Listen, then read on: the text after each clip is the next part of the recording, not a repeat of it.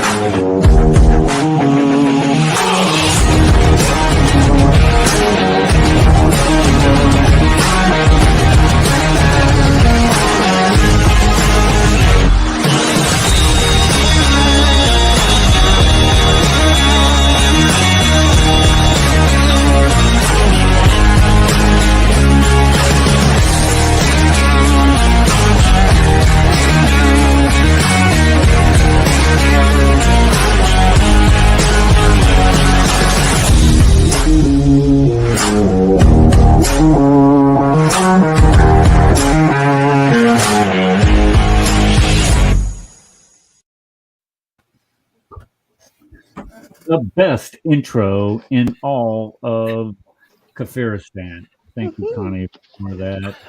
Welcome, everybody. Kufar Akbar. This is, of course, another edition of the Crossing the Crescent radio show and live stream, of course. We are here every Tuesday afternoon at 5 p.m. Central Standard Time and on Sundays at 2 p.m. Central Standard Time. We usually hang out for about an hour and a half on Tuesdays, which we have to do tonight because I do have another church meeting. It's that time of the every quarter we have meetings right all the way up to the quarterly business meetings. So I got to leave. I got to be at the church at 6:30, but I can be fashionably late. And we're also streaming on YouTube, of course, right here, and we're also over on Facebook at that is the Crossing the Crescent discussion group page. And also, I don't know do we stream live on Twitter or does the video just post on Twitter? Can anybody tell me that? Paul, do you know? Because I put Twitter down as one of the locations. It would stream live.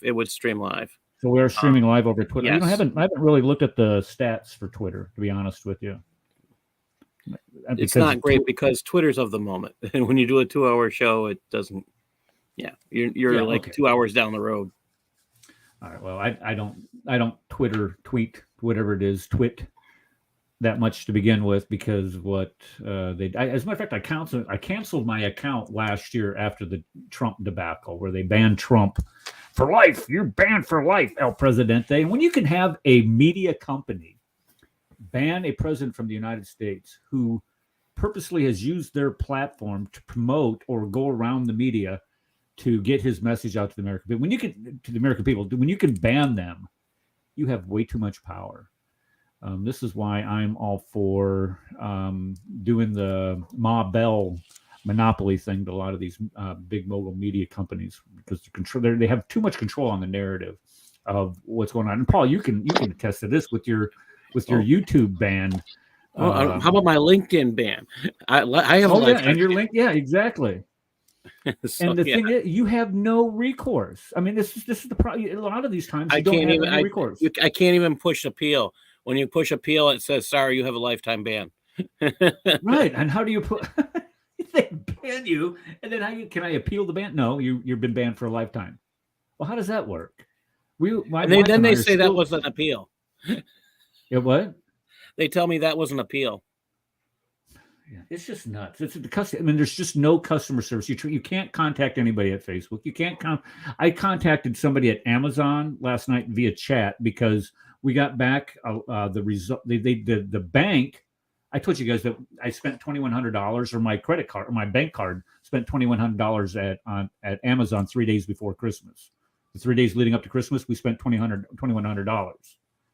We have no idea what was charged. So we appealed it. And the bank sent us back the appeal yesterday, saying no, we're not restoring or because initially they put the money back, but now they took it back out and said no, we're not going to. These were legitimate charges. But not by you. No, they weren't. No, we didn't make the charges. Somebody got my debit card and charged $2,100. I would get another bank account. Yeah, I would get another bank account. We canceled. But anyway, the bottom line is that I finally got a hold of somebody at Amazon last night, and I said, "Look, I want to know who bought what with my card." And they said, "Well, we'll call you tomorrow." And I said, "Well, I got my radio show tomorrow, and I got Deacon's meeting. Call me Wednesday." So they're going to call me Wednesday, and I'm going to find that out. And we're going to marry that up with what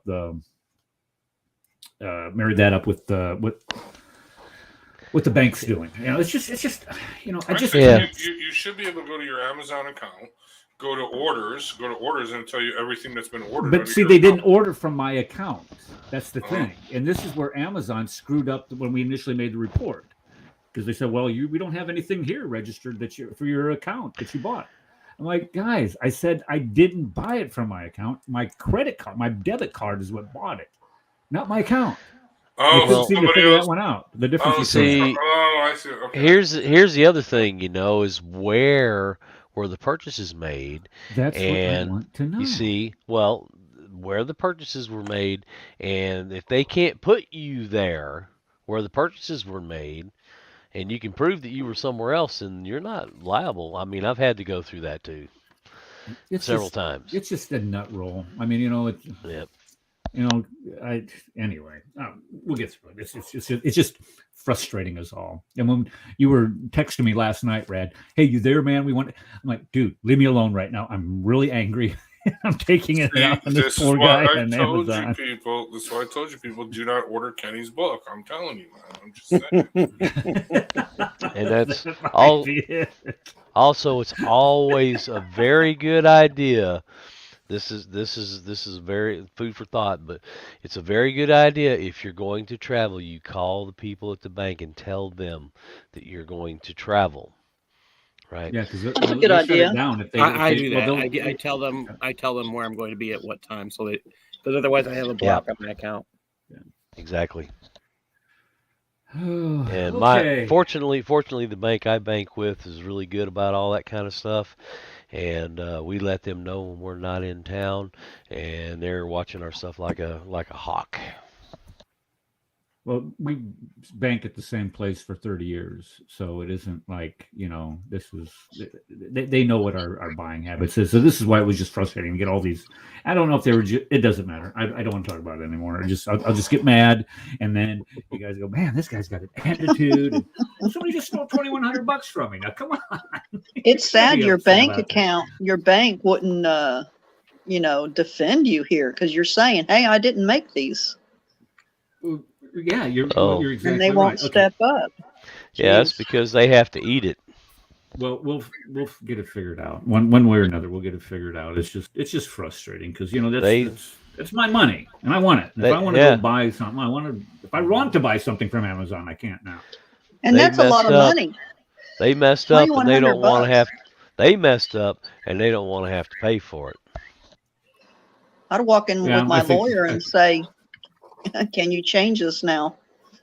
Anyway, you'll figure it out. Okay, let's just. Okay, I don't know how did we get off on it? We were. It doesn't matter. All right, so let's. What's the topic you today? Started it. I know I did, and I apologize. If you're kind of the guy that's in charge, you can blame me. That's cool. I get it.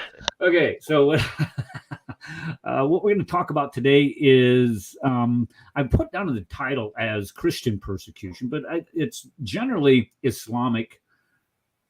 Islam, members of the what was that video they made the other day? Members of the most understood or followers, people who are incorrectly following Islam. I can't remember. David Wood and Robert Spencer did a live stream the other day, and they came up with a really neat little description of it. But it's basically what people who follow Muhammad are doing to other faith systems based on their faith system. So that's what I should have been more succinct on naming the show this evening, and the reason for that is because it isn't just Christians, even though Christian persecution on the global scale is at and this is according to the BBC of all organizations, it's at near record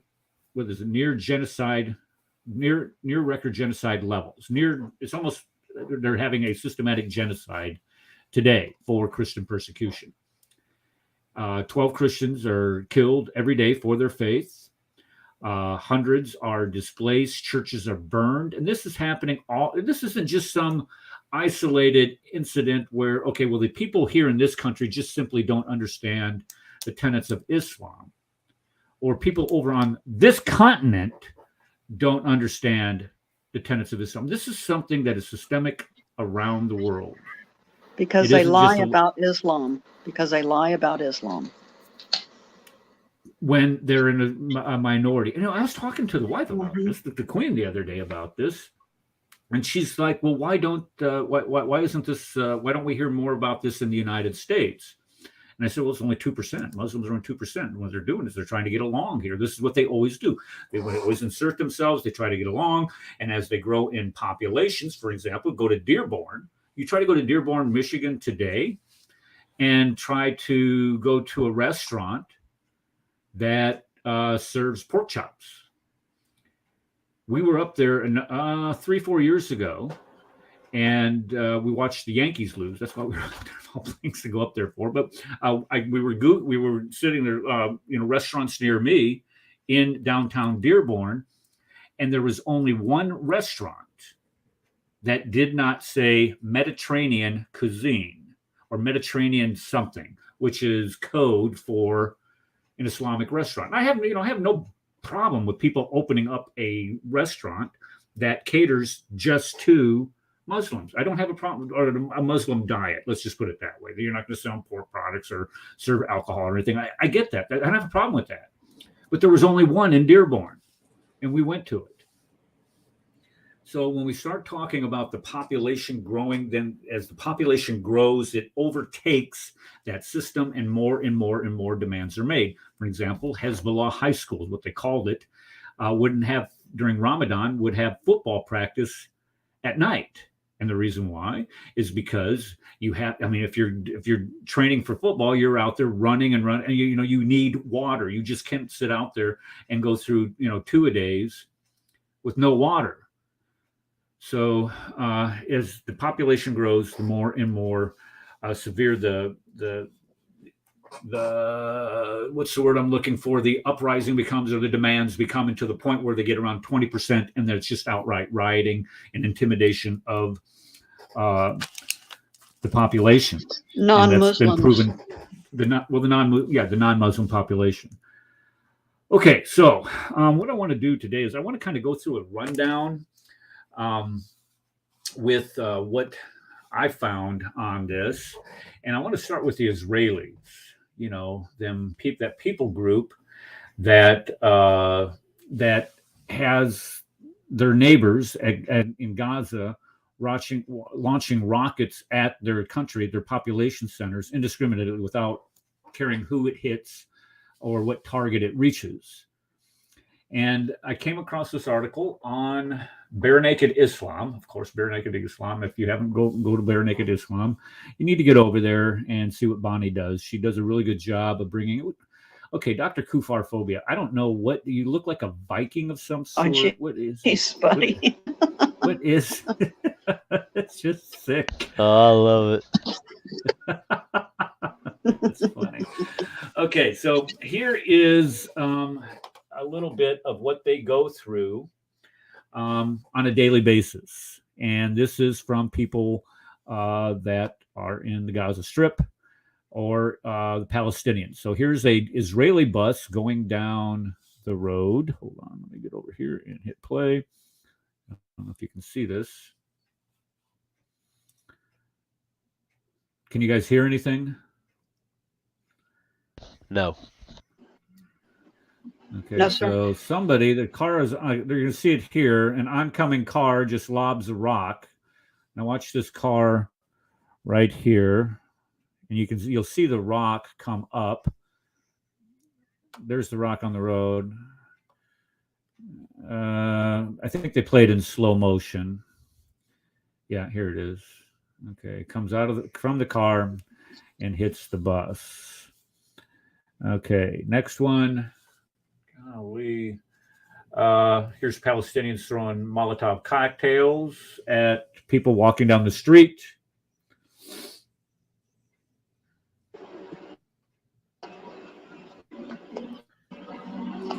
Any means necessary, the Imam said. Any means necessary. Yeah, go ahead. Yeah, can you guys hear that?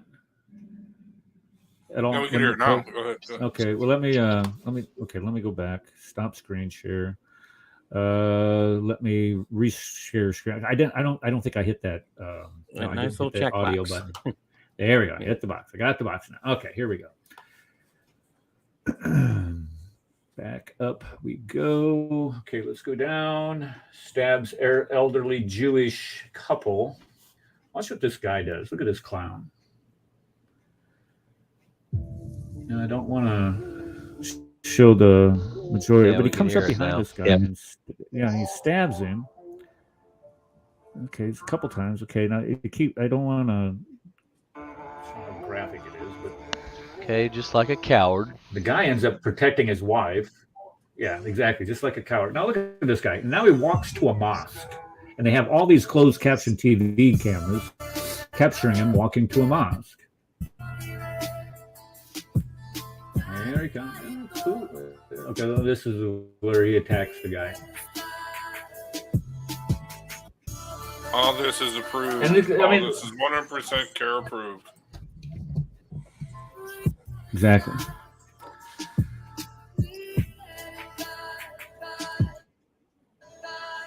And look at this. This guy, he goes to a mosque. And look what he does when he gets in the mosque. Here, I'm trying to fast forward. I don't want to sit here. They have all these other cameras catching him. But watch what he does when he gets in. He comes in the mosque here. And he goes over and gets himself a cookie or something. I'm hungry. That was a lot of work. And now let me sit down and read the Quran. Sick. Yeah, for more instructions. Right, worshiping his Satan. Well, wait. I've got to do seriously. Stabbing someone in the back is, hungry work. I'm just saying you need to build up that sugar level after you're done. I'm just saying. Okay, that's not unreasonable. Yeah, because you get that adrenaline rush from being a coward, and then you got to run. Exactly. Okay, here's another guy that attacks a Jew just minding his own business. Yesterday, an innocent Jewish man walked up the streets of Jerusalem when a Palestinian terrorist pulled out a knife and starts stabbing the guy.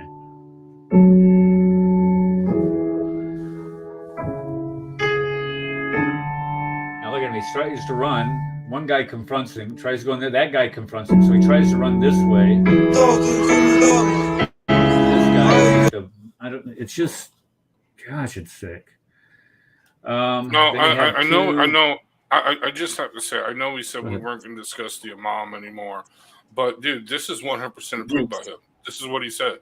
He said that the Palestinians defending themselves, whether it's rocks, rockets, knives, automobiles, or any means necessary. That is what he said. Okay, so this is what he defends. This is he's okay with that. You're just walking down the street, and all of a sudden just some stranger comes up and stabs you. You know what I mean? It's horrendous, dude. Horrendous. I always laugh at these idiots because they don't realize they're claiming, when they say they're all for Palestine, are they claiming to be Philistines? That's the thing we have to keep asking them.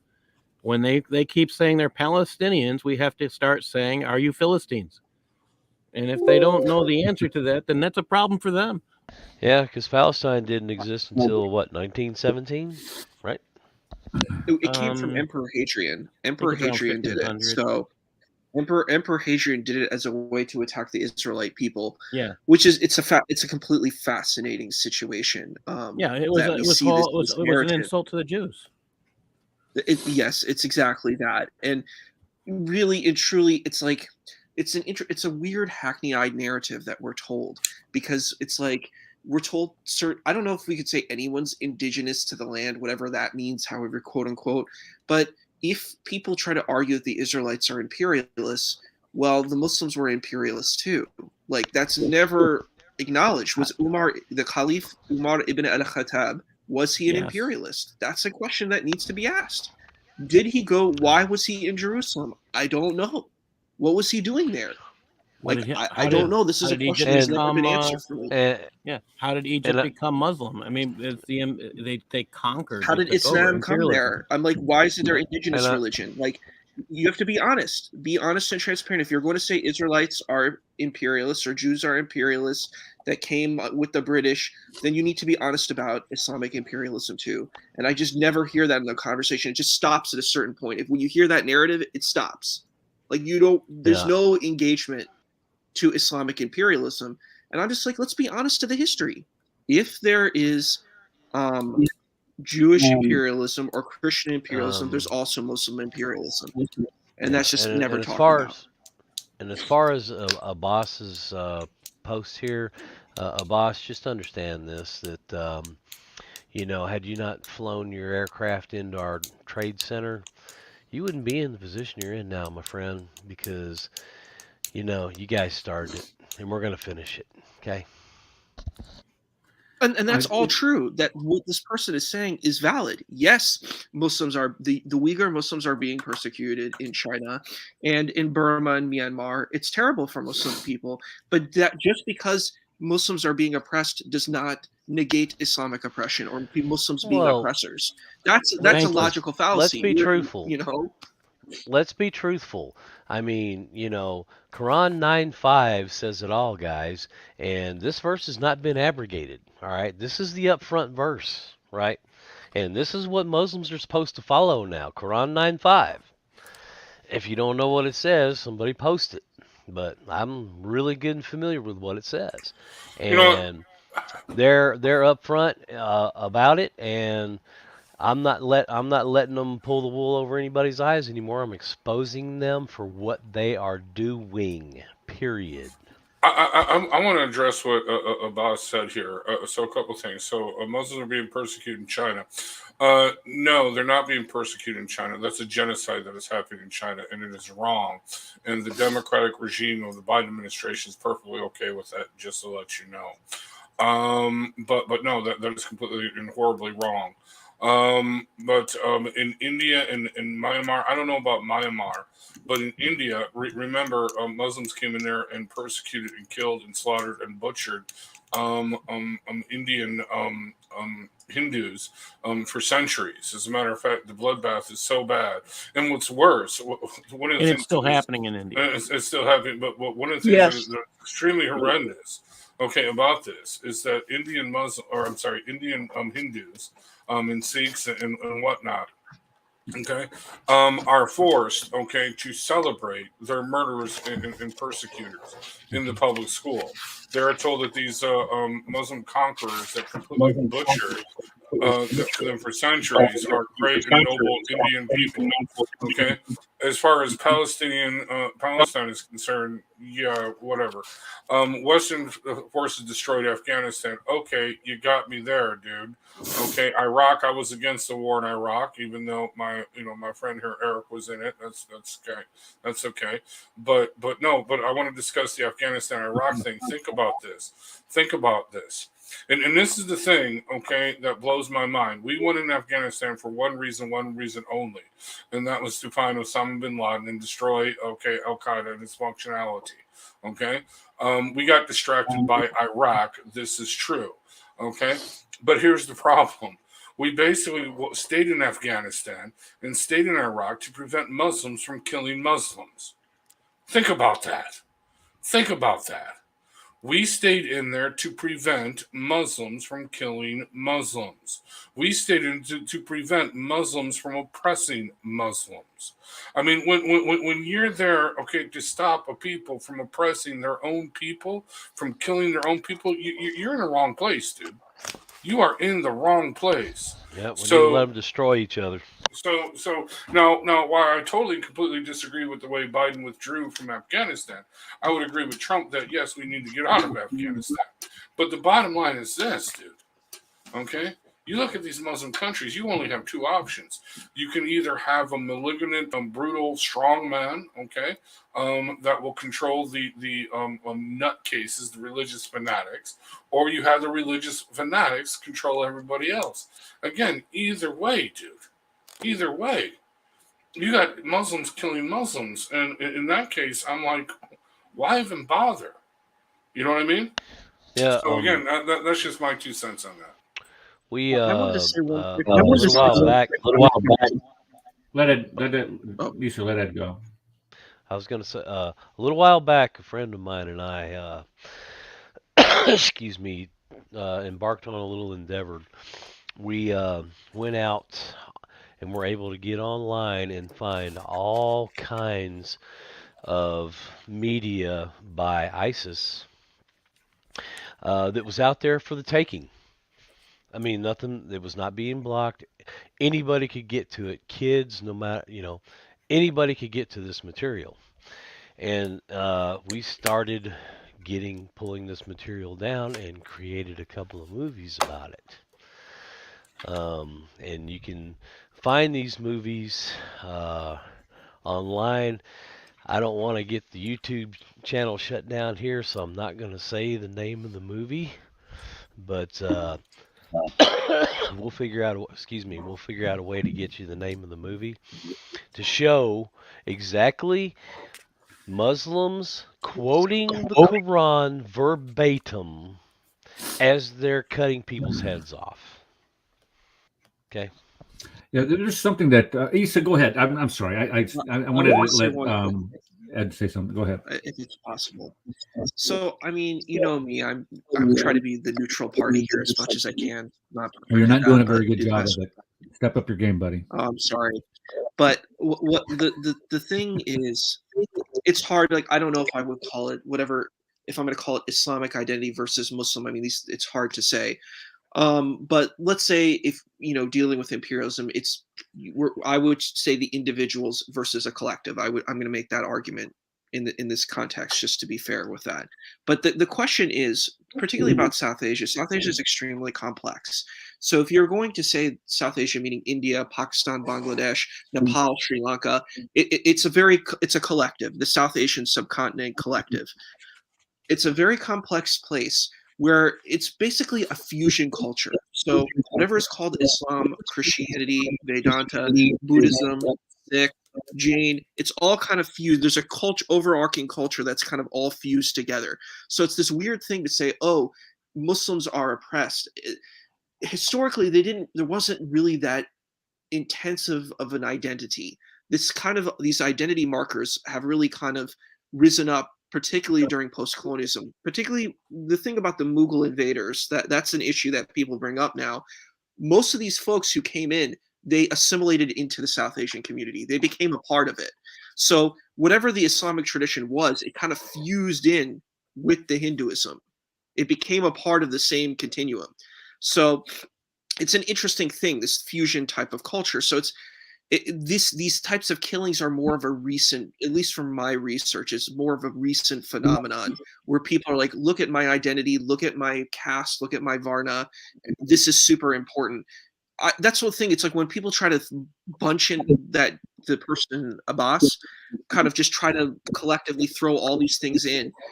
I don't know what the argument was. That was my problem. What is your argument? So you're saying, okay, you think bad things happen to Muslim people. Okay, let's say that's all valid. We're going to grant everything is true to that statement. Does that invalidate the arguments that are being made here?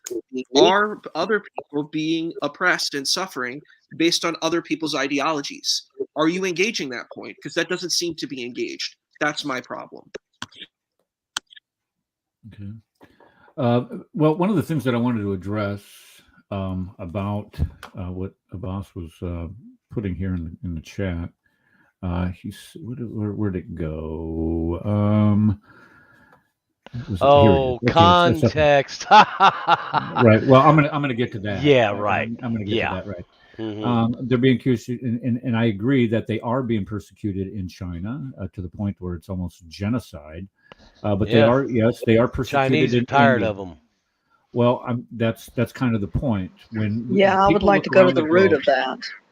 Yeah, when people look around the globe and they see and they measure the 1400 years of Islamic incursions into their countries, and they're finally able to protect themselves from it, when these guys start showing up again, in albeit smaller numbers, you're going to take steps necessary to prevent majorities from gaining a foothold once again there to where they could wreak the type of havoc that poor would happen. Abbas is the victim.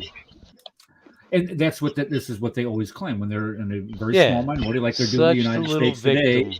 Everything is. Hold on. Sorry, Wilbur. I'm going to move you there for a second. We just don't buy it no more. Yeah, everything is a we're done with all that whiny crap. Sniveling, crying. Exactly. Oh, us poor Muslims are being persecuted. We're being picked on. The media is read their book. This is the problem. We are becoming, read crap. Read Quran. What do they call it? Islamophobe is somebody who is a kafir who knows too much about Islam. Is what it is. And then the other thing that I wanted to address down here is you said 9:5. That was quoted by Ed, and in verse 9:5 says, "When the forbidden months are past, so kill the polytheists wherever you find them, and take them as captives, and besiege them, and lay wait for them with every kind of ambush.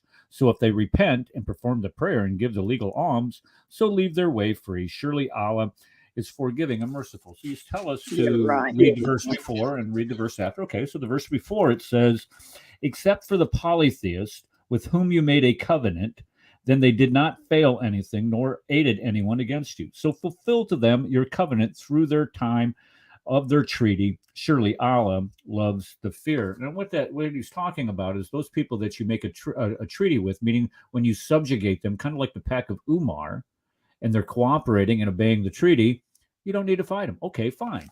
But the polytheists, the ones that Muhammad thought worshiped three gods, don't try to say that that's not what Muhammad taught, because we got anyway, that's what Muhammad taught. So the polytheists are the Christians. And then if you go to verse 6, which you asked us to read the one after that, "And if any one of the polytheists asks you for shelter, so give him shelter until he hears the word of Allah, and then let him reach his place of safety. This is because they are people who do not know." So in other words, if they quit fighting, then you can go ahead and preach Islam to them. And then if they don't accept it, what do you do with them then? There's one other thing about this particular verse, guys. Did you know that this verse abrogated 124 other verses in the Quran? Did you know that? Yes, I did. Yeah, so there you go, boss. You see, we know you Quran, buddy. We know what you're all about. Yeah, you can't lie no more, Abbas. You can't lie no more, so don't come here start lying.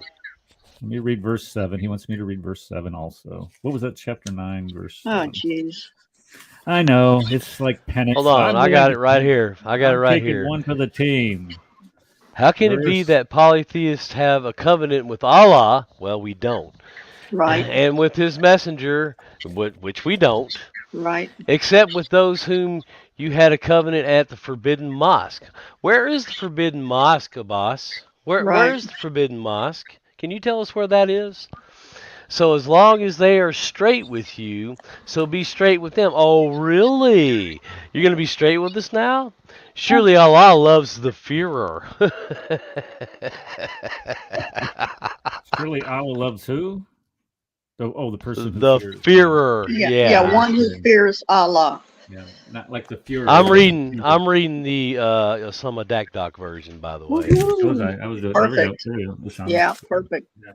Okay, let's move on, shall we? Yes, we can. Okay, let's back it over to here. Here's another bus attack in Israel. This is a minute long. What? But we can see in the videotaping who's doing it. There's just a whole bunch of these kids out there throwing rocks at them. Why?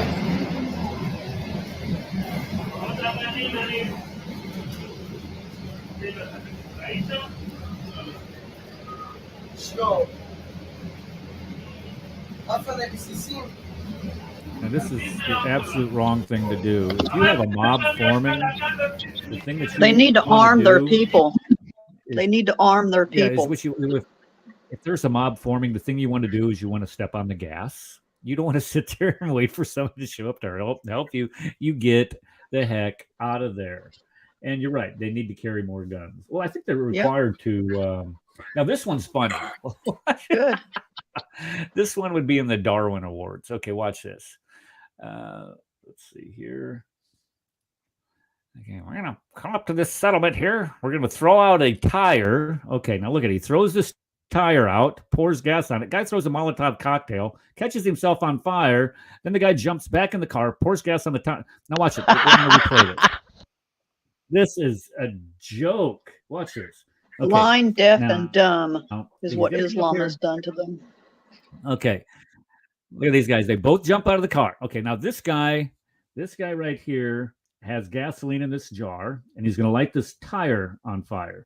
This guy is going to throw a Molotov cocktail. His problem is he does not have the cloth here packed tight enough into the bottle. So when he throws it, he gets a lot of the liquid, the gasoline, in the bottle on the back of his shirt, and he catches him on fire.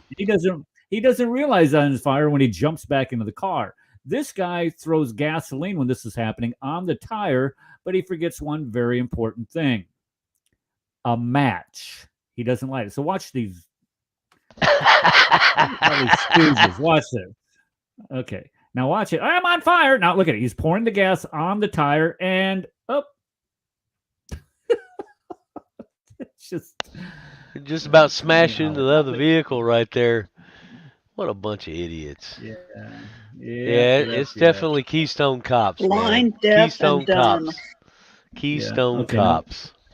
That's what it was. I lost watch that. I thought that was funny. Okay, now watch this. Now this guy is a checkpoint. This is at a checkpoint. I think this is in Gaza. It's not at the West Bank. It's Gaza. Yeah, he doesn't look suspicious, does he? No. So this guy rams the IDF soldier. Now look at they fight the IDF soldier. Hold on. Let me go back up here. Look what he hits this guy. Bam. Knocks him 10 feet down the road. The guy gets up. He comes up and whips. He's ready for combat. He's going with it. Now this guy comes at the soldier. The soldier doesn't have his gun cocked, is what the problem is. So these guys, they see what's happening. They go over and they take care of business. This is what these guys face on a daily basis. Smoke them. This is Hamas. Smoke those guys. I don't want to show this one. This one's just a little.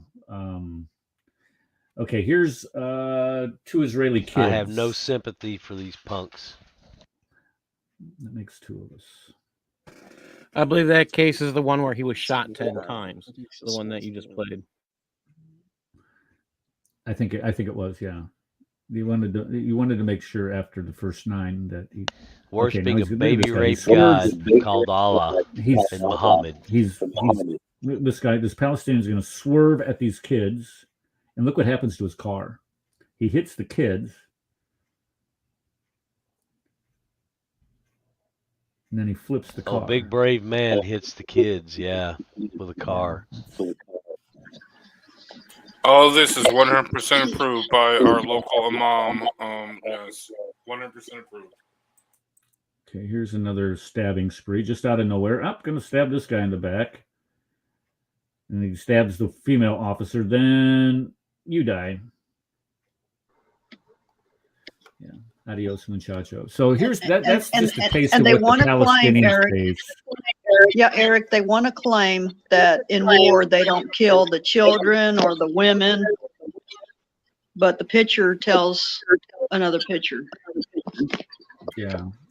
You're exactly right. I mean, when you have it on video, it's kind of hard to not deny that. Deny Islam. And one of the bunch of liars.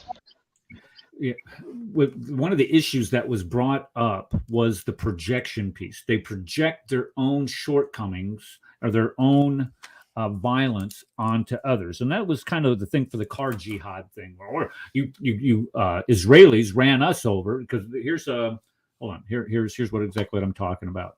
This was I think this is in Jihad Watch today. It says now they're accusing Jews of purposely hitting people with cars when the Palestinians have been doing this for years. Now what they're doing is they're accusing the Jews of going out and purposely running over Palestinians. When you have this Palestinian guy out in the middle of the road wandering around like Stevie Wonder, he gets hit by a car driven by a Jew.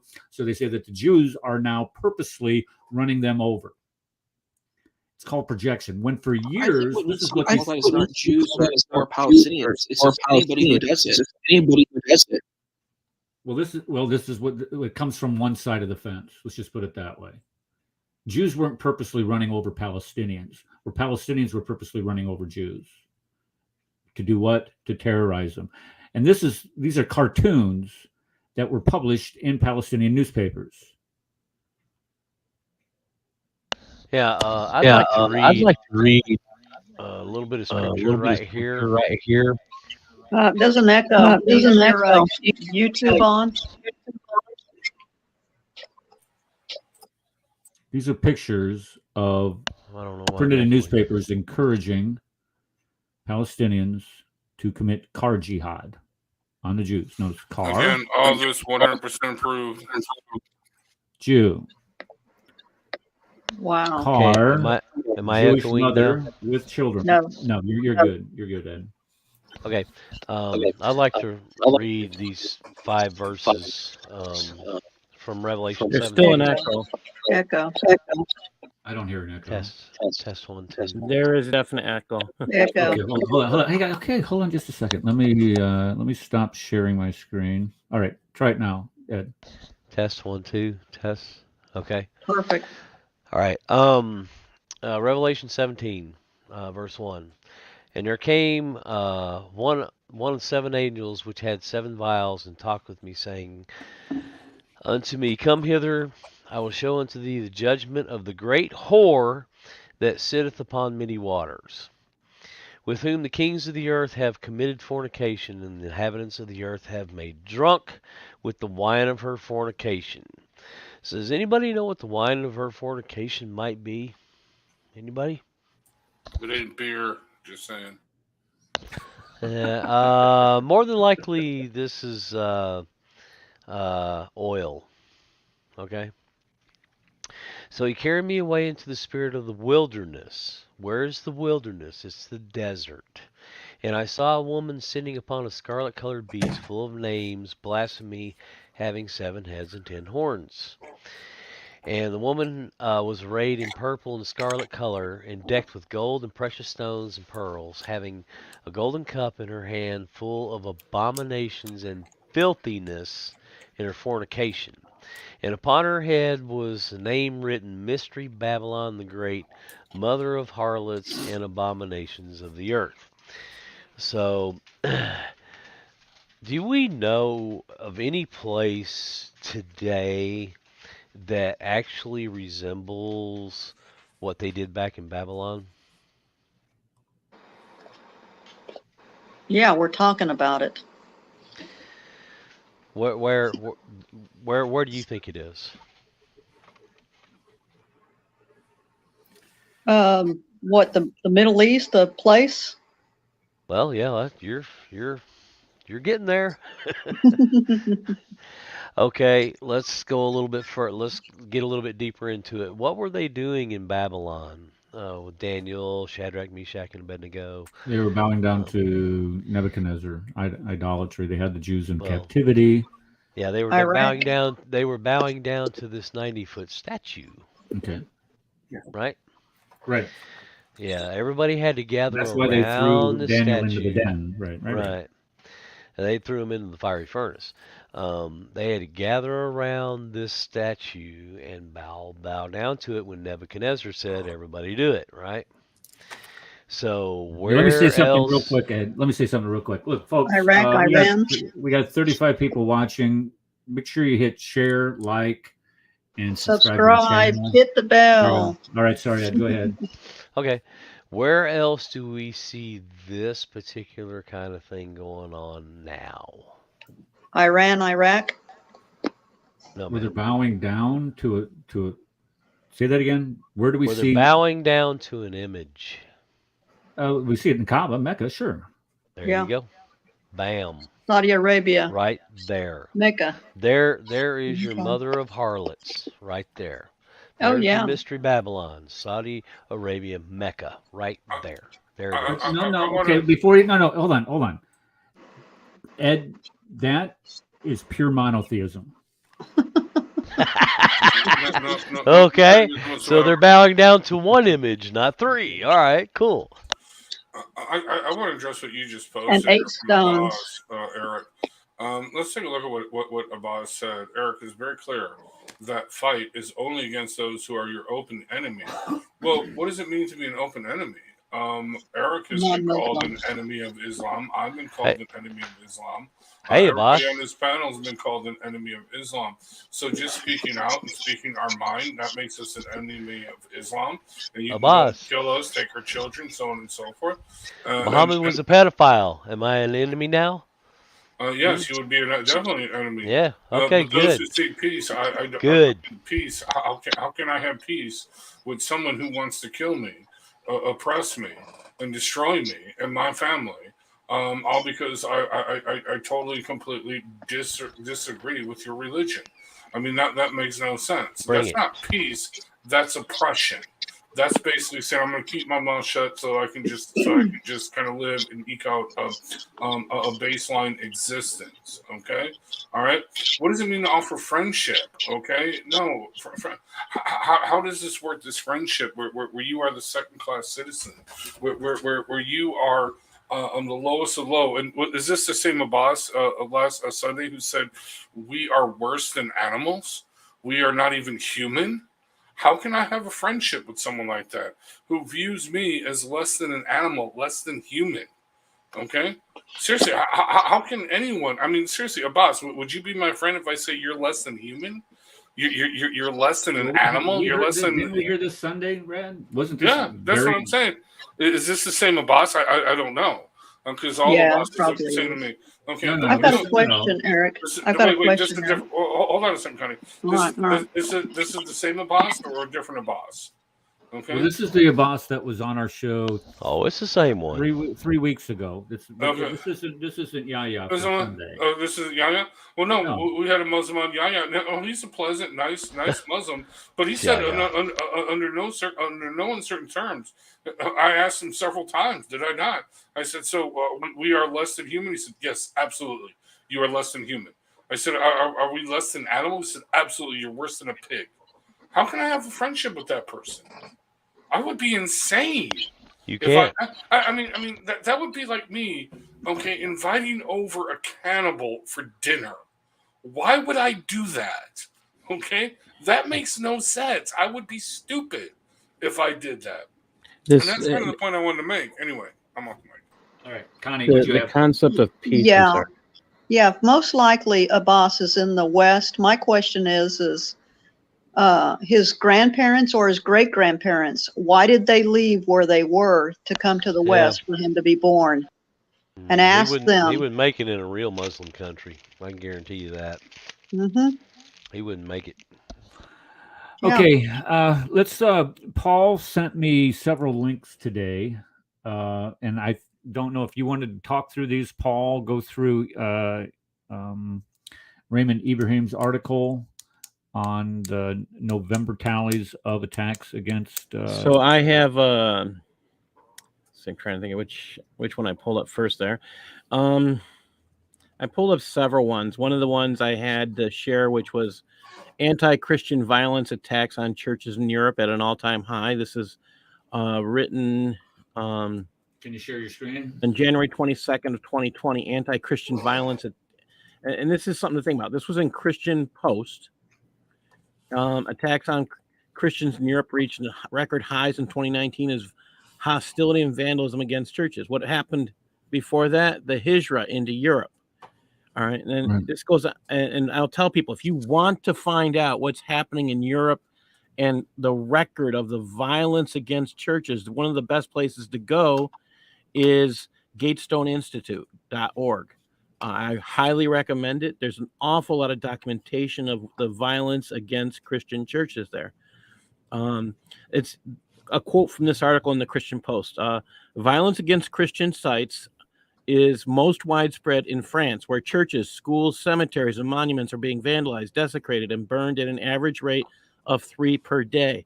That's churches, again, monuments, and I want you to think about that. I mean, that's maybe we should start returning the favor. What do you think? No, we don't have to. We don't have to be like them, but we do need to let people know that what they're doing. In Germany, attacks against Christian churches are occurring in an average rate of 2 per day, and that was again in 2019. You let these guys see. That's the one thing people don't understand is that if you let these people walk over you, they're going to run over you. Okay, you can't let them do that anymore. Yeah. You can't. What you're talking about is the real reason behind what happened behind the Crusades. You got to smash mouth these people because that's all they understand. That's all they understand. And they understand getting their faces pounded. That's what they understand. That was why they didn't like Trump, because Trump they couldn't understand or predict. And that's what scared them. And that was, again, they had somebody they knew who understood the use of military power, and they knew he would use military power. He wasn't a namby-pamby like George W., who forbid America from looking into Islam as the possible reason. Oh, yeah. They all definitely, their butt cheeks squinched up really good when Trump got into office. And guess what, guys? He's coming back. He's coming back. I see. I have another article I have here I think it's by Raymond Ibrahim. Just a second. He's just pulling it up. Which one? Crimes in the Name of Religion: The Persecution of Christians, November 2021, by Raymond Ibrahim. And this was published it was just published 2 days ago.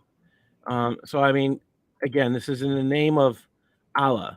I'm just going to read a few off of this. The Muslim slaughter of Christians. Uganda.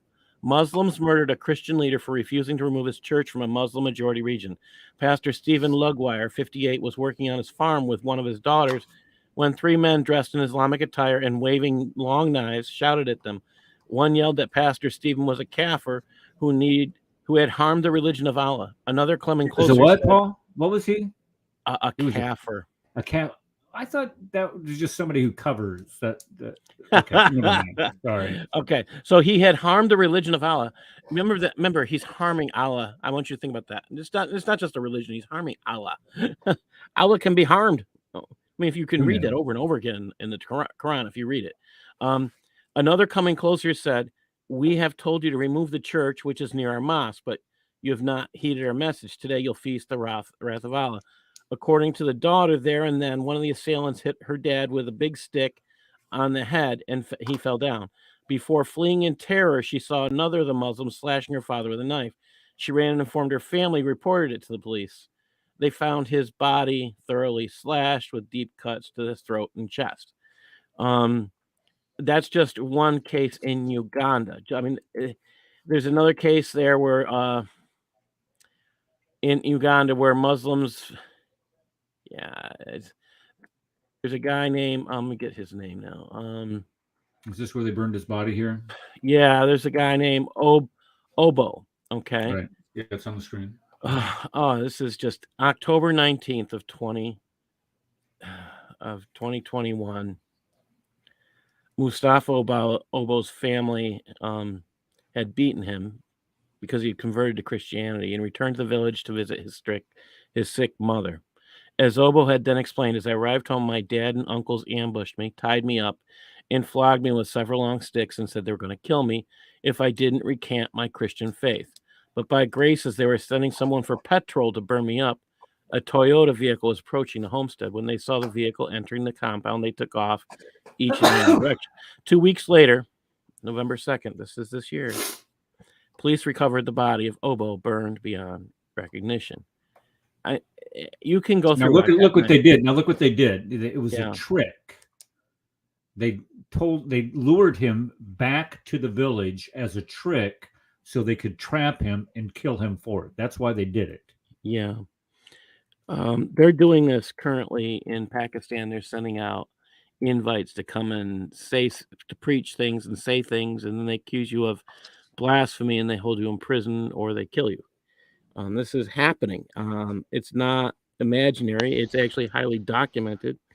Burkina Faso, November 1st, Islamic terrorists murdered 10 civilians. Most of the victims, and officials said, were murdered in a cowardly manner. Their throats slit. According to a separate November 5th report, the security situation in northern Burkina Faso drastically deteriorated in recent months. Armed groups are creating a reign of terror, targeting the whole population, demanding taxes, and pillaging and robbing people in many parts of the country. But again, Muhammad was a raider. That's how he made his money, so it's legalized in Sharia. So, yes. I mean, that's why you can take hostages and ask for money for them. Again, that's legalized in Sharia because Muhammad was a raider. He did not earn his money honestly. He had to go steal and pillage. Well, this is why and that's how we got Christians in the past tried to when they said you can convert or pay the jizya, they said, okay, well, I'll convert. Well, they had to stop allowing them from converting because they were losing money. So yes. Said, wait a second, we can't allow you to convert now. And that's by the way, for people who are doubting this, it's in the Islamic histories. It says this. Okay, it's in the Islamic histories. That's what I've been reading. I mean, this is the. You sit there and you read these histories, and you sit there like, what? I mean, they're recording it themselves. Remember, the victors of the victory, people who are the victors get to write the histories. That's what they wrote, not what we wrote. Okay. I have an article that shows where 670 million have been slaughtered by Islam. Okay, 670 million, right? With references, the whole 9 yards. And the numbers, well, actually, the numbers have increased to 730. But just a second. Okay. I have to. Okay. What are you saying, Paul? Are you supposed to be on mute? Or are you talking to somebody? I'm trying to mute. Sorry. Yeah. Okay. Can you mute me? Okay. Let me mute you. I'll mute you. Yeah, Do you want? You. What are you at that Starbucks again? I was talking to him the other day, and he sounds like he's in a factory building or something. He goes, "Oh, I'm in a Starbucks." I'm like, "Dude, you need to get out of the Starbucks," because I couldn't understand what he was saying to me. It was so loud in there. Okay, what is the boss running his mouth about here? Okay, boss. Do you Christians think that every non-Israelite? Oh, look at Mr. Divert over here. I don't. Yeah. Every non-Israelite is a dog. What?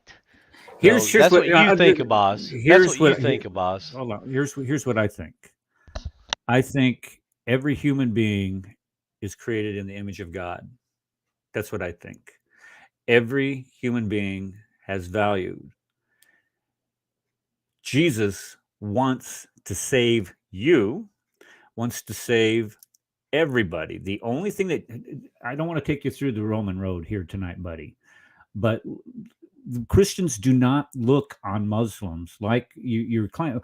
I was told today that I was listening to an audio clip that Connie posted today. And in this audio clip from a certain imam out of Houston, he was saying, him and his chums are saying, oh, that Eric Smith and that Chris Claus, they hate all Muslims. Now, that couldn't be any further from the truth. The reason why I do this show is, number one, is to edify Christians, to show Christians that what is being told to them by these Taoists, like said imam, are nothing but lies and distortions of the gospel message.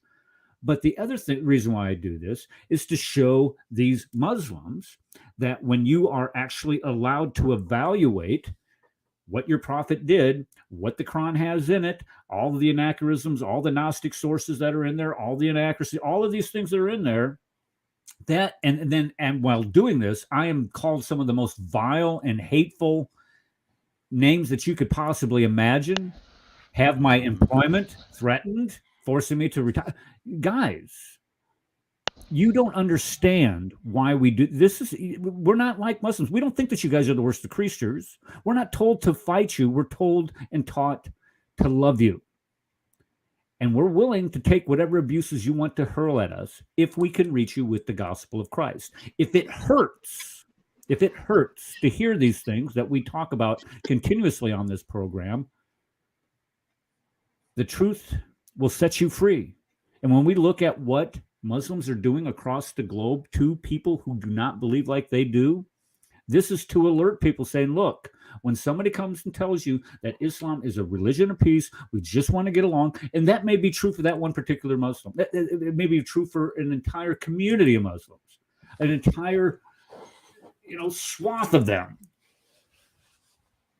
But that's not them following their Quran. That's not them following their hadith. That's not them following the sunnah of their prophet, who had people killed for daring to criticize him, for pointing out that he married that 9-year-old little girl.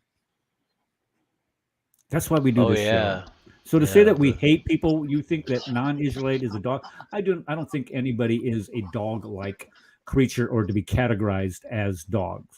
I think every human being is worth. And that word just meant that they were not in the covenant of Israel. I mean, because even that Canaanite woman said, "Yes, Lord," but even the dogs eat the crumbs that fall from the children's table. And what did Christ do? Wow, great is your faith. It will be done according to your desire. And she got her daughter healed because she agreed with Christ and she understood what he was saying. Now, if it was a Muslim before Jesus, he wouldn't have gotten his daughter healed. He would have made it a fight. You mean a Muslim before that? If Muhammad was before that person's, yeah. Well, no. Yeah, if it was a Muslim before Jesus, they would have taken offense, and his Muslim daughter would not have been healed like the Canaanite woman was. See, she understood what he meant and said, "Yay!" But even the crumbs that fall from the children's table, the dogs eat. Yeah, and what's really crazy is that Muhammad and Allah both confirmed that very verse. Oh yes, it confirms the whole Bible. Exactly. Yes. It's 241 and then 548 and more. Yep. But yet, for some reason, the Muslims know better than Allah, and they know better than Muhammad, and they say, no, that can't be true. That can't be true. Well, there it is in your own books, guys. I got so many verses where it's confirming the Torah and the gospel, Torah and the gospel, Torah and the gospel, Torah and the gospel. But yet, we got Muslims sitting here telling Allah, oh, no, you're wrong. You're wrong. No, no, there's no way. No way. No way. And that hadith, Sahih Muslim 2713, wants to claim that Allah revealed the Bible, the Torah and the gospel, and in parentheses, their own imams, their own Muslim editors put in parentheses Bible. What's funny, when we're doing the Dissecting the Quran series, we keep hearing about a book being given and handed down, which the translators call the Quran.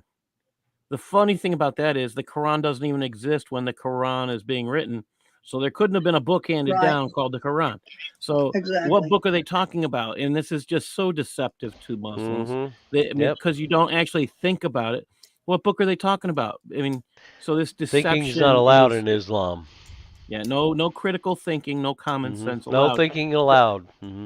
Yeah, so that's why we have people like Abbas and Windhill, and if they would just simply ask critical thinking questions, and using common sense. Okay, how do you know what book they're talking about when they say this book was handed down? Because first of all, if you had a brain, you would say, well, the Quran didn't exist then. So what book are they talking about? Yeah. Bring us the manuscripts, guys. Bring us the manuscripts that outdate the Bible, and we'll talk. You can't do it. Our manuscripts rival your book like no other book ever has. We have 25,000 manuscripts that outdate your book by centuries. You have nothing. Nothing. All right, let's go ahead and steer this discussion back on topic. This is one thing that I noticed that these guys like to do. Definitely. Is divert, especially when you start pointing out the evil that's perpetuated in the name of the Quran, in the name of what Muhammad did, and it's typical. And for actually, we did a show like this about a year and a half ago, and we were told it was Islamophobic to talk about these things. Yeah, as a matter of fact, did you know that, since all this manuscript evidence has been going back and forth between Al-Fadi and Jay, I've sat down and actually talked with both of them. And guess what, Muslims?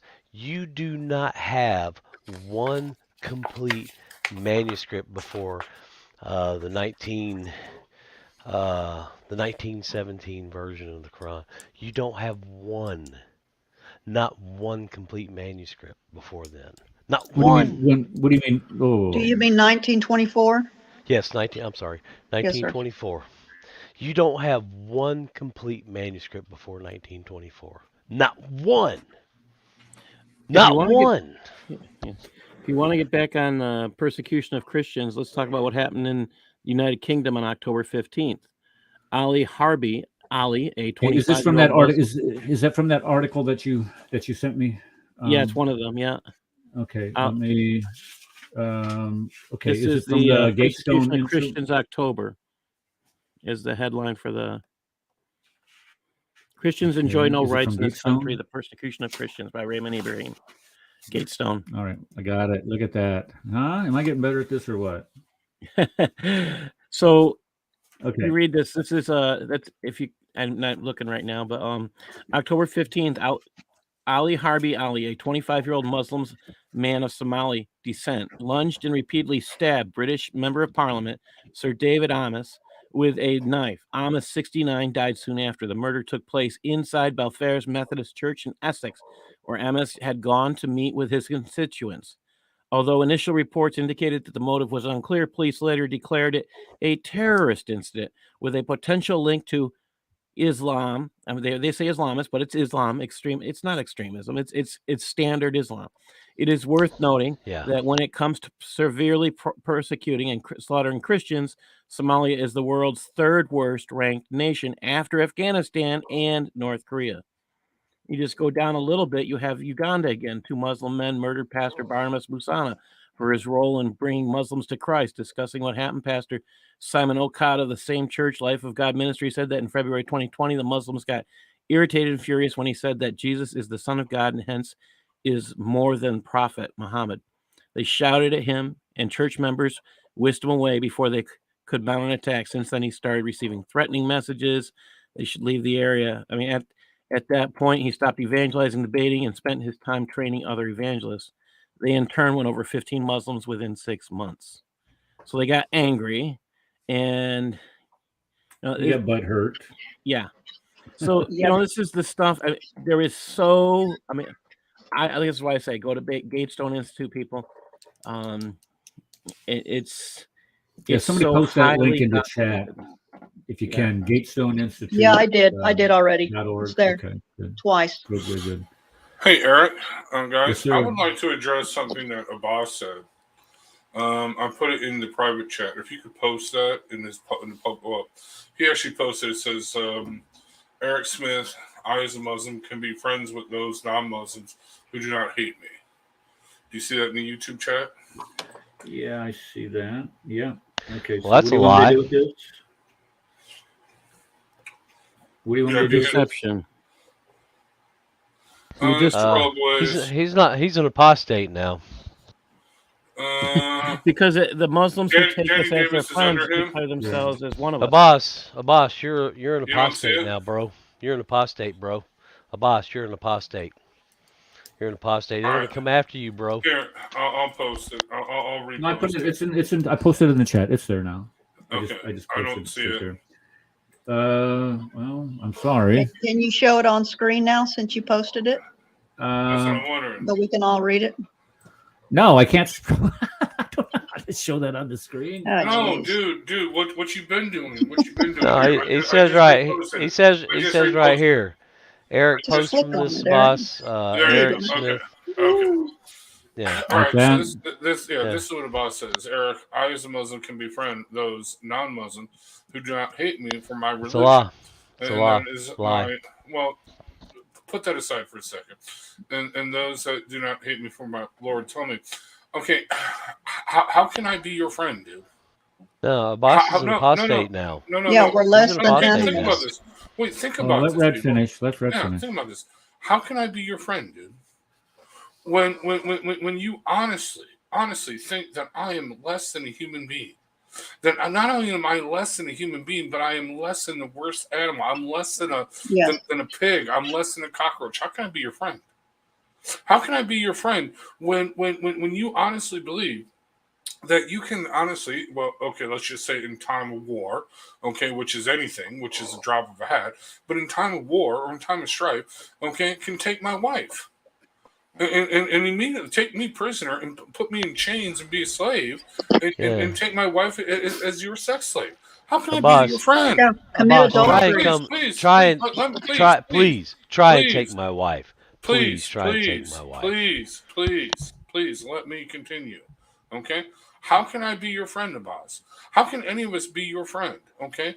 When your religion specifically teaches these things, specifically teaches, okay, that not only we less than humans, not only we're less than animals, but we can be enslaved. Our marriages are immediately divorced if we are captured and enslaved. You can take our wives, our daughters, okay, our nieces, and so forth for your own personal sexual amusement, and that's how can I be your friend, dude? That is like me. That is like you asking me to be friend with a cannibal and invite him over for dinner. No, I don't think so. Right. Or a headhunter, or a headhunter to be my next door neighbor. I'm like, yeah, okay, dude, with the bone in the nose, okay, and the shrunken skulls on his belt. Yeah, I'm just gonna, accept you. No, dude. The full story here is he's citing Surah 6, 8, and 9. Surah 60, verse 8 and 9 have been abrogated by Surah 9:5, and we know that because of the verses on abrogation. They tell us when Allah changes his mind, whatever was said last is what's what. All right, so apparently he doesn't know the Quran well enough to discuss this, which is sad.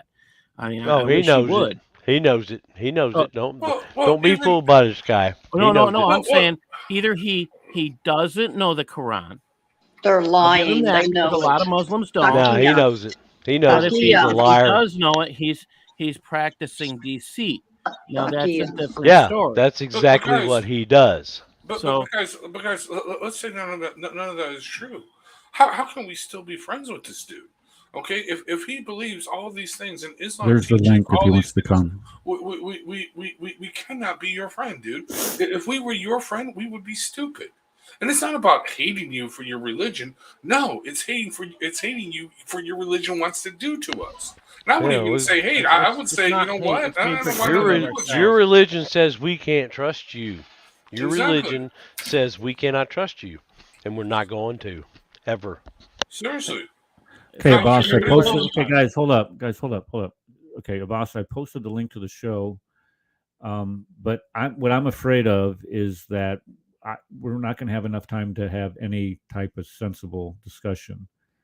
He wants to come on? Well, what I would like to do is I would like to have him on and have a reasonable discussion. If you want to talk about this, and I want to do that, but I want to give it time, a reasonable amount of time in order to do it. I don't want to just sit here and say, have everybody shout at each other for 10 minutes and then I got to leave. He'll come and lie. Yeah, as long bring lies on. As long as he's living by the Quran, he's going to lie. Well, this is okay, guys. This is why we need to have discussions with this. I would like to hear what his answer, source verses he's going to cite in order to say that yes, he can befriend Christians.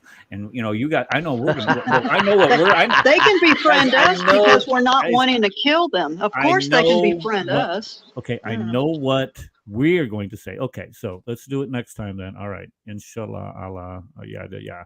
Okay, so all right, we'll email Abbas. Email me. You still have my email me, or you still have my email? I went in. I looked for your email. I tried to find. I couldn't find it. While we were sitting there having this discussion. Yeah. Abbas, you're an apostate, buddy. You're an apostate, buddy. All right, Paul. What else do you got, my brother? Do you have anything else that you wanted to talk about? See, go back there just a second. I got about 15 minutes left. Screen. All right. Okay. One of the things I have another article here. It's from the New York Times, and I want to point this one out. This is from August 9th. New York Times: suspect in fire at French cathedral is arrested in killing a priest. I'll put the link in the private chat for you, because I don't think I sent this one to you, Eric. Let me just get there.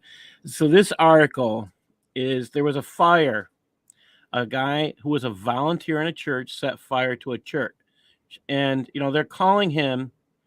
They've given him a Christian name. I personally believe that's part of deception on the part of people, but because it doesn't follow suit.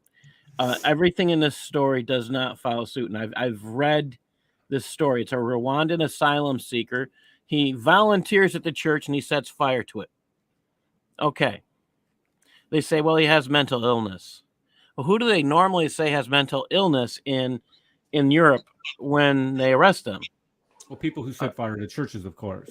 Yeah. And shout Allah Akbar. Yeah, exactly. So they claim he has mental illness. The catch is they're giving his name as they're trying to give him a Christian name. They give him a name of Emmanuel. John White. Yeah. Oh my goodness, Emmanuel! Wow. Yeah. God with us is burning our churches. Yeah, it doesn't follow suit. So I have some real serious difficulties after you follow this story. I mean, everything about him tells you he is Muslim. And again, he's 40 years old. They're calling him Emmanuel Abbasianga, who's asylum for Abbas. Yeah. Abbasianga, whose application for asylum had been rejected, who had been facing deportation from France. So they don't tell you why he's rejected. And that's the other thing. He's been rejected because he's been connected most likely to terrorism. All right. But and he was facing deportation. Why? Because he probably had several crimes in France. Immediately fueled criticism. Okay, so this guy, after burning the church and being set free, what's he do? He kills a priest. All right. So I'm just trying to figure out where it's okay to burn churches. I mean, whoever said that was okay? Oh, could that be this guy named Allah? Who was in the person of Muhammad? Yeah, where did that come from? It's been going on since the 7th century, and if you we have 2 new dudes. I don't know if they are dudes that have come to the channel this evening. Nick, Sam, welcome, sir. How are you? Hello. I just unmuted myself so you won't hear my breath. I know Ed Van Halen and Radical Moderate. I've chatted with them at Paltalk about 4 years ago. I really am glad to see them. Have they changed at all for the better? I mean, what do you mean? Well, I mean, if you look at Radical Moderate today, I mean, was he a hot mess back then too? Or? No, dude, I've never changed, dude. I don't think so. I still can hear him like the same thing as he was doing earlier. I'm just so happy to listen to them. I think they would remember me like Christ is salvation if they yeah. How you doing, man? I remember the voice, dude. I remember the voice, but I didn't know the neck. But yeah, okay, I remember you. All right. Yeah, I was. I've done some things like I now have my own shop. I have my family, a daughter of 2. I'm blessed by God after I accepted Christ. I mean, it's a blessing, guys. It's a real blessing. That's just wonderful to hear. Are you an ex-Muslim, Nick? Oh no, I was an ex-Orthodox Christian. Okay. And you I'm not came back to the Lord. Anymore. No, I wouldn't. You see, I said back then that actually a Muslim made me a Christian because he was bringing those verses from Bible, and I was telling him all the time, just read more, or like they say, read the context. Yeah. How comes and they don't read the context when it's about the Bible, and when it's about the Quran, they always make they make this excuse all the time. Oh, there's a context. There's a context. Come on, man. There's a context in the Bible, and you know what? It's even beautiful in the Bible than the Quran, because in the Quran you need the Hadith to explain to you the verse that you have just read. And you also need you also need the scholars of tafsir to explain the hadith or tell you which hadith exactly. are. You need man. Allah needs man. But only those scholars that we agree with, and we only accept those hadiths that we agree with, or support my presupposition. It's like, dude, and even if we agree with them, we will throw them under the bus if we don't like them, you know. That's how it goes with Islam, man. That's how it goes. So, what to say? That's how you don't want them causing that corruption in the land, of course. Obviously. Okay, well, thank you for coming to the show. We really appreciate that. This comment warrior, he's in backstage, but it says your devices are not connected. So if you want to come on the platform, we got about 7 minutes left. Well, hey, what's his show? He said he had his own show on 10. Oh yeah, sorry, Nick. Do you have a YouTube channel that you want us to post, people to go out there and find, or? Oh, he left. Yeah. Oh no, I messed it. I'm sorry. Okay, there we go. Sorry. Do you have like a YouTube channel you want to? No. I don't have any YouTube channel. I listen to Christian Prince most of the time, or David Wood, or the other guy, Islam Critique. He's much more. Oh yeah, Colin. Got a lot of class.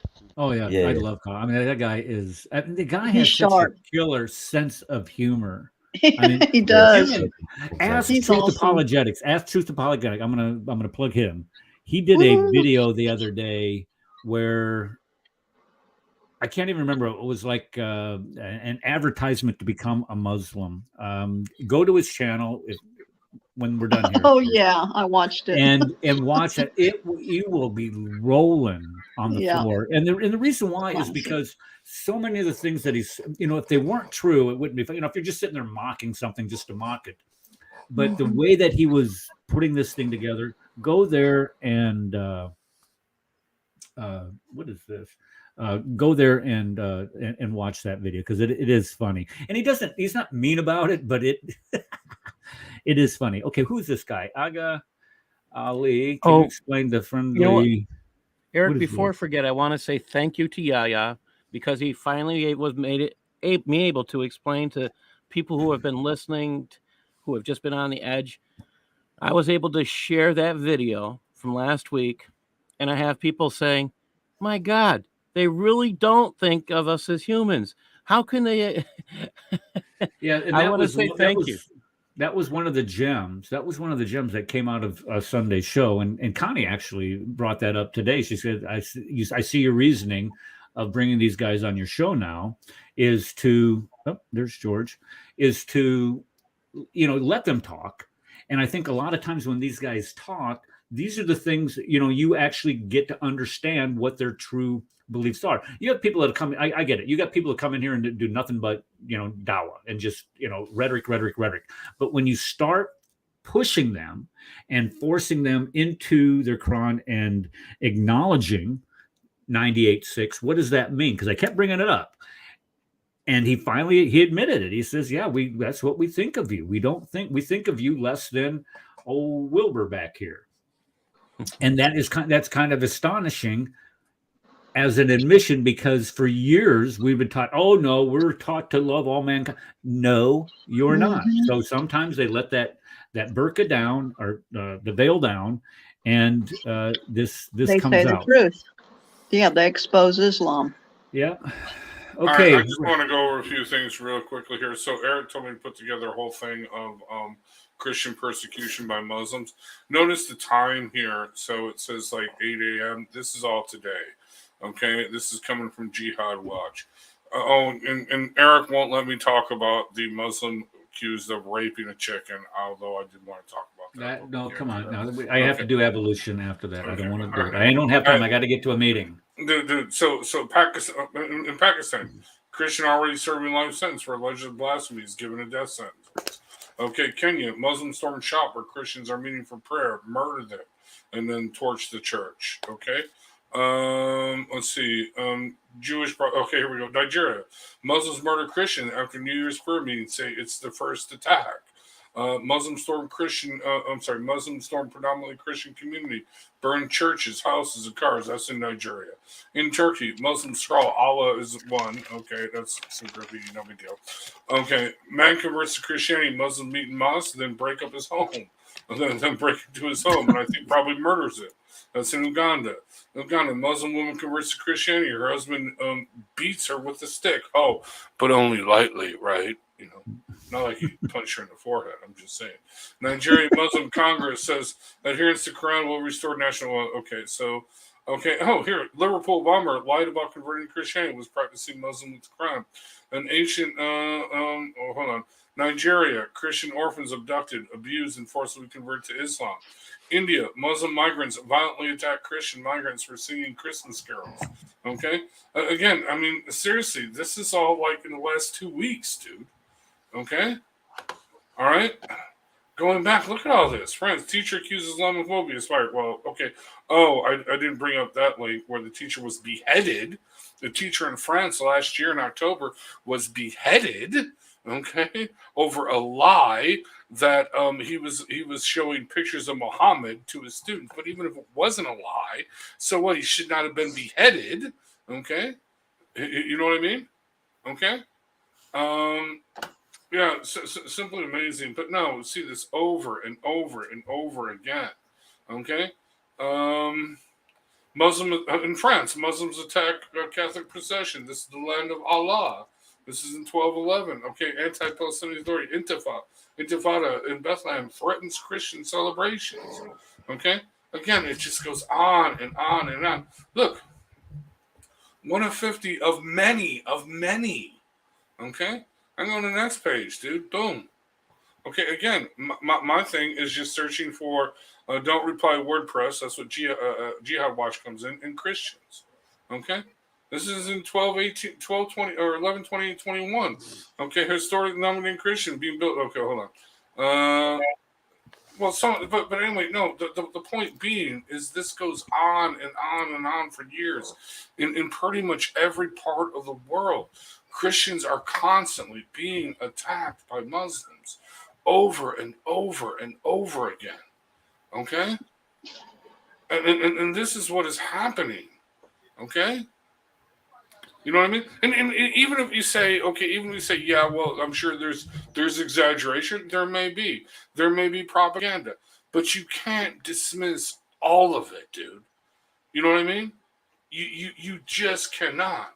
But 40,742 attacks since 9/11. Right. 40,000. So let's say 50% of that is all fake, right? Because fake Muslim attacks, right? I know, but let's just say for devil's advocate, 50% of that still means 20,000. Okay. Okay. I got to run, guys, and I'm really sorry about this. I will not have to run next Tuesday. I promise you. I will not have to run on Sunday. Okay, this Saturday. And all that stuff. Okay, listen, this Saturday. Be on the lookout, Bolo. Be on the lookout for maybe a live stream to critique. No, we're gonna be in person, dude. I'm still counting on you, dude. Danny Davis, dude, what are you doing, dude? I know, Dave. Okay, guys. Okay, Danny, I gotta run. I'm flying to Texas. Hey, what's happening, guys? Hey. Dude, I'm gonna be at the debate. You want to go? Seriously, dude, because I need someone. If nothing else, roll Tide. All right. Oh, come on, give me a break. Just wanted to hop in and say hello. God bless everybody. All right. Windbag and Abu Aga. I'll message you on Facebook, dude. I'll message you on Facebook. All right, yeah, guys. Take care of your business. Take care. God bless you. Thank you, everybody, for coming. And we'll God see you bless next time everybody. on the Crossing the Crescent. God bless you. Think about it, Right. dude. Think about it Saturday. Think about it. Seriously. Think about it. All right. We'll think about it. Adios, muchachos.